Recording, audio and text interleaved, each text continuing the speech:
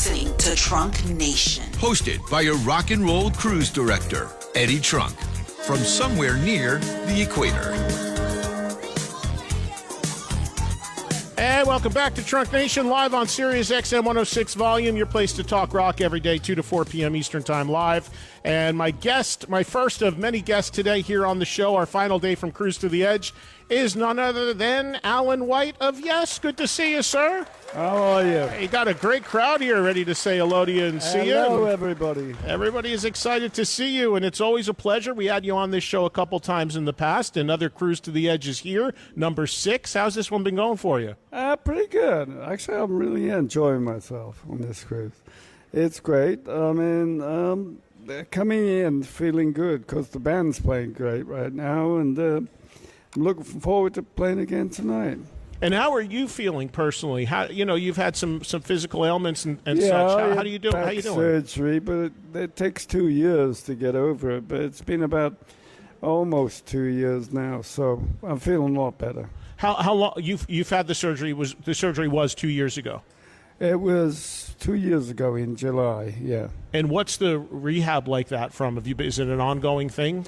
I had a fusion down in the lower part of my back, and my surgeon said, he said, no wonder you're playing the drums for almost 55 years. He said, no wonder your body's falling apart. So it was kind of like, I said, well, there be it, I spent a long time making a lot of great records with Yes, and I've had a good time, and I'm still having a good time. Well, that's important, still having a good time, but we all know that for drummers, because it's so physical, that's maybe the most unforgiving thing as you get older, trying to do that. Yeah. So was the back was a direct result of all the years of playing drums and just sitting on the stool? Yeah, it was my L3 to L5 lumbar, and they had to put a metal rod in there to hold them together and screws in it, and now it's a lot better. I know that Jay Schellen also plays in the band. How much of the set are you able to do? I'm doing close to half. Close to half. Yeah. And is there a determination as to what you play? I mean, did you certain songs? How does that work out? I kind of pick what I want to play. I'm doing all the encores and stuff like that. So, and part of Close to the Edge. And when you're up there playing, I mean, did they design a special seat for you or anything? No. Drumming's never been a problem. It's just actually walking and being stable. And the cruise helps to level it out, actually, walking down the corridors. So it's kind of like bouncing off walls. I'm not wondering whether it's the beer or it's the boat. That's true. Well, a lot of people use that excuse, Alan, because they're like, oh, I know a lot of people use that excuse. Right, you must be drunk. No, it's the boat. Really, it's the boat. No, it's a good out. It's a good excuse, yes. And how does I talk to drummers all the time, and they'll tell me that they've had issues with their wrists and their elbows and their shoulders. I just talked to Vinny and Carmine Appice, who both had shoulder surgery because they were hitting their drums up here. I know. Well, I've never done that. Right, which you're smart. But have you ever had any other ailments with your hands or your? No, my hands and my wrists and the rest of my stuff is still together, I'm glad to say. Uh-huh. And it's just really been a back problem, and I'm getting out of it now. Good. Well, that's great to hear, and I'm sure the fans are glad to hear that too. Is the goal to maybe get up to the point where you'll play the full set at some point? Well, eventually it could be, a possibility. But this year's my 70th birthday, for God's sake. And I've spent 47 of those playing in Yes, for God's sake. Oh, my God. So, and you've got all the stories to tell, don't you? Oh, the book will be coming. Do you have a book coming? Well, I've got numerous people want me to do a book, but I said I'm not finished yet. Well, that's true, too. That's an interesting question, and we had Steve Howe on this show just a couple days ago on the ship, and I was talking to him a little bit about this as well. You see bands, Yes celebrated 50 years last year, and you see bands at that point start to talk about farewell tours, retirements ending. no talk about that ever from Yes. No talk about that from Steve, from yourself, from anyone. So do you just feel like you're going to go as long as you're having fun and enjoying it? Well, it's a good product, and Yes, have always been really good at delivering some of the best music, and that's what keeps us driven, is the music, basically. And no, I don't see anything in sight yet, but there's numerous things I would like to accomplish with the band. But, you know, for now, we've got a great band together right now, and it sounds really good and it's tight. And we're just keeping it floating like this. What are some of the things that you'd like to accomplish before Yes would potentially end? It would be good to maybe in the future see some kind of reunion tour, which was a brilliant tour in the 90s. And, you know, I don't think it's totally out of the question. But who knows? We'll see what happens. Well, you to me have struck me as always the guy, because you've played in the various versions of the bands. And in talking to the members of the band, it seems to me that you've always been the guy sort of most open to that. I remember when I talked to you on this cruise a couple years ago, and the other band at that time was going by the name of ARW, AWR, whatever they were calling it. And you had said on that show, you said, hey, they've got as much right to play the music as we do. That it's fine, you know. So you seem to be, and correct me if I'm wrong, always the one that's the most sort of diplomatic about that and open to that. Yeah, you know, I kind of get along with everybody. I've got no, you know, disgruntles with anybody. And I know all the guys, and I've done so much work with them and done so much great music. But at the same time, I'm enjoying it very much with these guys, and just having a lot of fun in the band. And when you're having fun with a band, the music sounds fun, and the audience have fun, and that's the most important thing. Well, I just think you're in a pretty unique position, because at the moment you're not currently playing the full set. So when you're not playing, you can kind of go out there and evaluate a little bit, can't you? You could go out from a viewer standpoint, a listener standpoint, and go back and give a little report, I'm sure. No, I've heard the music many times, believe you me. So I'm just wondering if you ever put on a little disguise and went out to front of house and say, "Oh, let me hear this one sounds without me." But currently walking about, I don't mind it, but to get stopped every 10 or 15 feet, so it's not an easy thing on the cruise. But at the same time, we take the time and do it. Let me ask you, speaking of potential reunions, I asked Steve about this yesterday. I want to get your take on it. The incredibly long, ridiculously overdue induction of Yes into the Rock and Roll Hall of Fame finally happened. And, you know, I think we all agree that was extremely long overdue. Yeah. Well. And I got to ask you how you felt about the whole experience and the whole evening and everything that went down that night. Well, it was a great experience, of course. I mean, to be in the Rock and Roll Hall of Fame is a wonderful thing. But finally, they woke up to prog music, you know, and they started getting into it. Otherwise, you know, you had bands from the 50s getting in all the time and stuff like that. But now we became eligible and all of that kind of stuff. It was a great experience, and, you know, it was good to play up on stage, especially playing with Steve, who was playing bass on Owner of a Lonely Heart, which was the biggest surprise to me of all.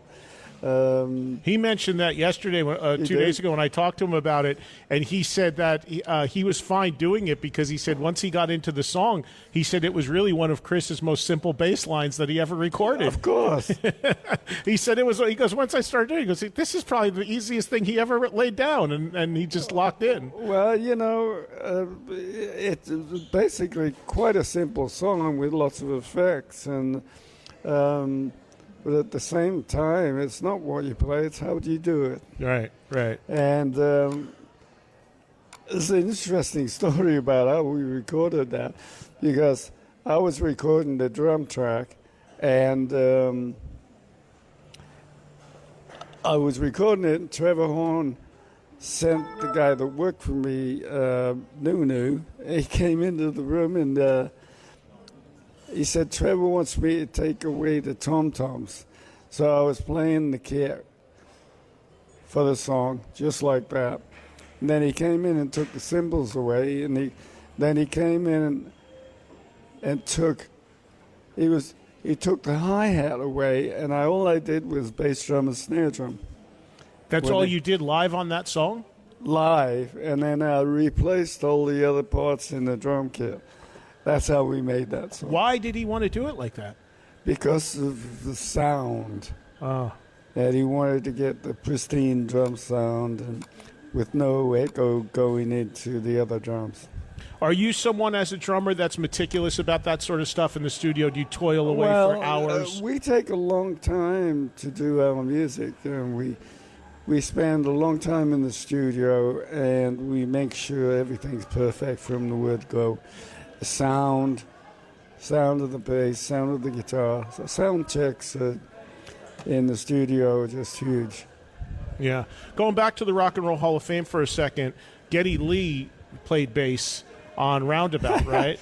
Yeah, that was great. I just had Geddy on this show twice in the last 6 weeks or so, and we talked about it, and he talked about what an amazing moment it was for him as such a huge fan of Yes, and Chris is. How was that for you? Was that a lot of fun? No, he didn't play on Roundabout. What did he play on? Steve played on Roundabout. Sorry about that. No, Steve played on Owner of a Lonely Heart, right? Oh, yeah, he only wanted to play Roundabout. That's right. So Steve originally wanted to play Roundabout? No, it was the other way around, like you said. Right, so Geddy played, yeah. Yeah. So did you know Geddy prior to that? And obviously he was a huge fan. I'd met him a few times before, and I knew he was a big fan of the band. In fact, when we were looking for a singer a long time ago, his name came into contention for being the singer. Really? I thought this is just not going to work, but eventually I got to meet him, and he played on all that stuff. So it was interesting, to say the least. And what was, when you walked out of there as being in the Rock and Roll Hall of Fame, I talked to a lot of artists who have been snubbed for a long time by the Hall of Fame, like Yes was, and they finally, I don't care, and it's whatever it is, and they're indifferent about it. And then after they have the experience of that evening, they come out of it saying, yeah, it was pretty darn cool. It does feel pretty cool to be in there. How did it feel for you? I know it was also important from the band's perspective because the fans wanted it so bad, right? Yeah, well, it feels pretty good to, have a lifetime of playing music and eventually everybody realize, business-wise and everything, that you've earned it, basically, and that's about the main thing you get out of it. We're getting up on stage again with Trevor and Rick and John, and it was great. It was a time spent. We did it. I think everybody enjoyed themselves, and the band sounded good, and we just got on with what we're doing. Did I read correctly that initially you started out playing piano? Is that correct? Yeah. You did. That before drums? Yeah. I took up piano when I was 6.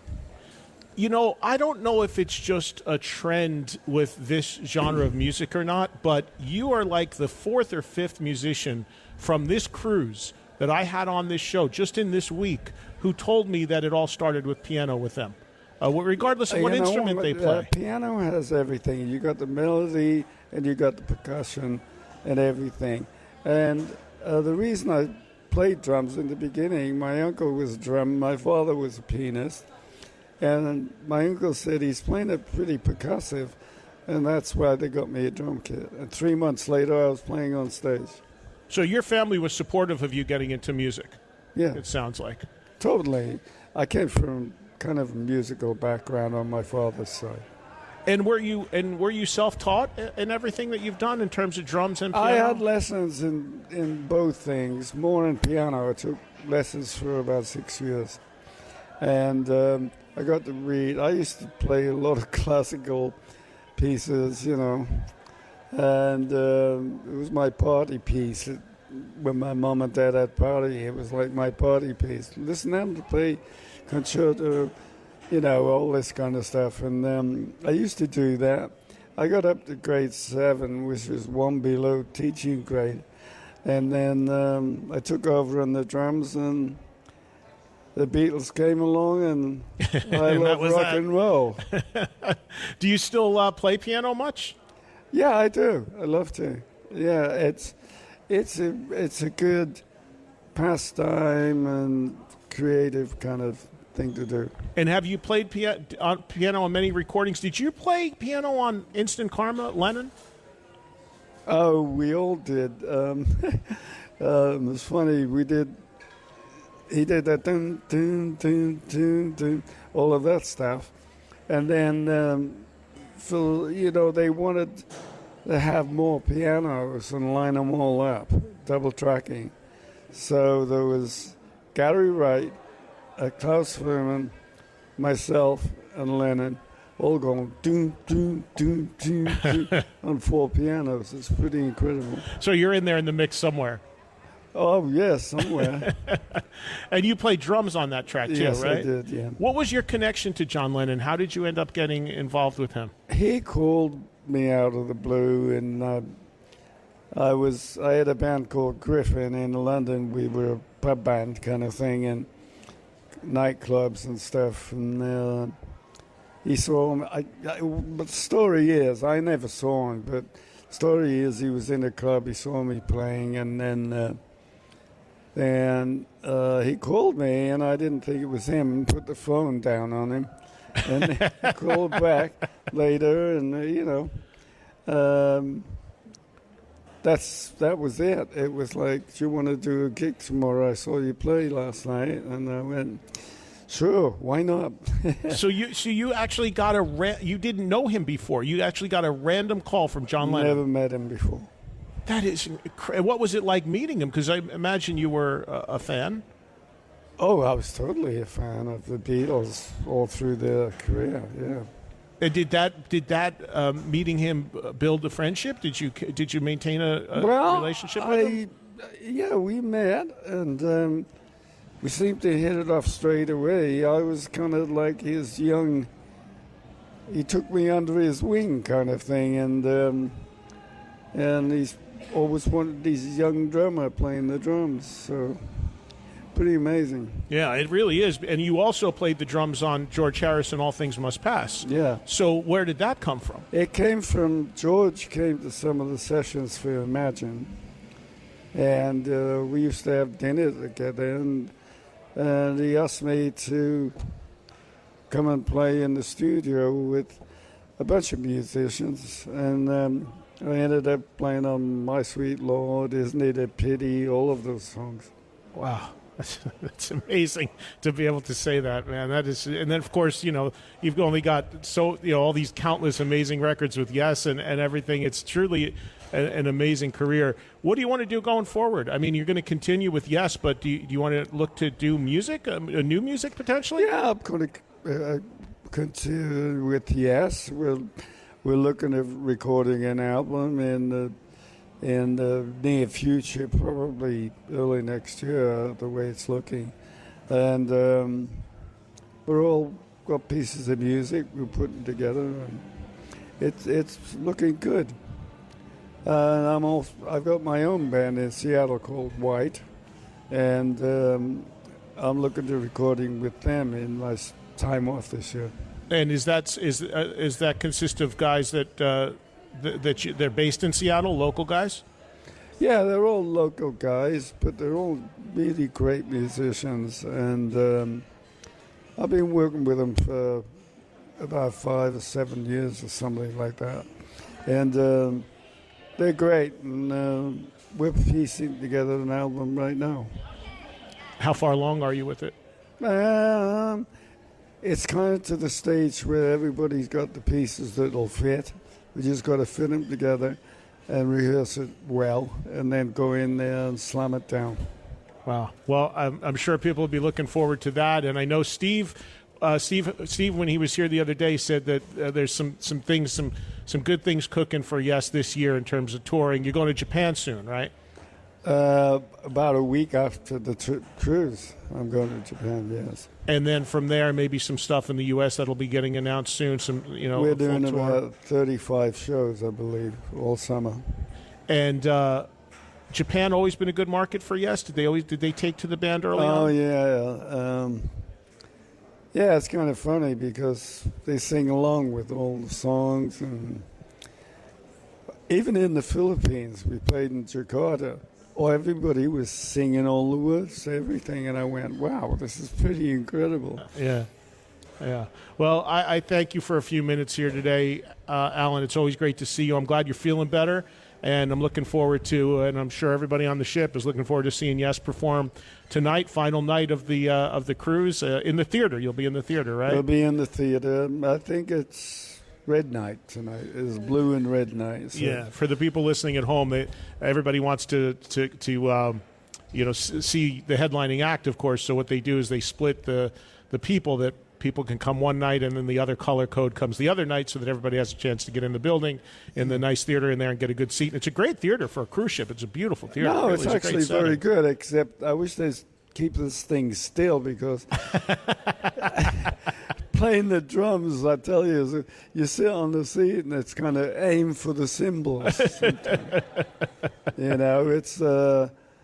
a pretty big task up there for everybody on stage. Basically, they've got to stand. And I remember a few years ago, before Chris passed away, he got Pletty's heart, and he went to sing part of one song, and the microphone moved 2 feet away. So it's like you got to deal with that little bit of a physical kind of problem. So, but it wasn't too bad last night. All right, well, Alan, I'll let you get ready for the show tonight, and hopefully they'll figure out a way to keep the ship steady for you, and at least for the time that you're on. They should tell them when the band's playing in the front of the boat in the theater, because that front, if you're down in the dressing room behind stage, it just goes boom. Boom. It's pretty crazy down there. Anyhow, thank you, everybody, for coming on the cruise. It was wonderful. All right, well, stay steady, and thank you for the time. We'll take a break. Mike Portnoy should be joining me soon. It's Eddie Trunk live from Cruise to the Edge here on Sirius XM 106 Volume. Coming right back. Thanks.